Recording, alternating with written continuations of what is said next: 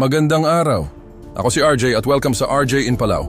Sa episode na ito, dadalhin ko kayo sa isang tahimik pero makasaysayang isla sa Palau, ang Peleliu. May isang isla sa Palau na tila tahimik sa unang tingin.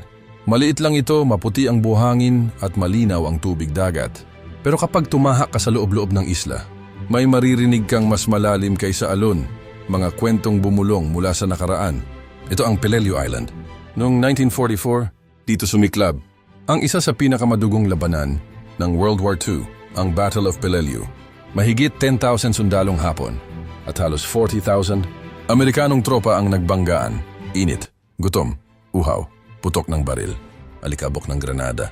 Yung mga bundok ng isla ginawang lungga. Bawat kuweba may kwento. May sundalong di na nakauwi. Ngunit makalipas ang halos 80 taon, naghilom na ang lupa. Ngayon ang Peleliu ay payapa. May ilang daang residente, simpleng pamumuhay, at mababait na mga tao. May eskwelahan, may simbahan, may mga batang naglalaro sa tabing dagat. Marahil di alam na sa ilalim ng kanilang nilalakaran, may kasaysayang pilit tinatahimik ng panahon. Bilang isang OFW, minsan akong nakapunta sa isla. Naglakad ako sa mga bunker. Tumambay ako sa tabi ng US Memorial. Tahimik ang paligid pero sa loob-loob ko, parang may bumubulong. Alagaan mo ang lugar na to. Dito kami nakipaglaban para sa kapayapaan na tinatamasa niyo ngayon. Uminom ako ng tubig habang nakaupo sa lilim ng puno. Walang signal, walang ingay. Pero sa simpleng katahimikan, doon ko naunawaan, hindi lahat ng kwento ay kailangang sumigaw.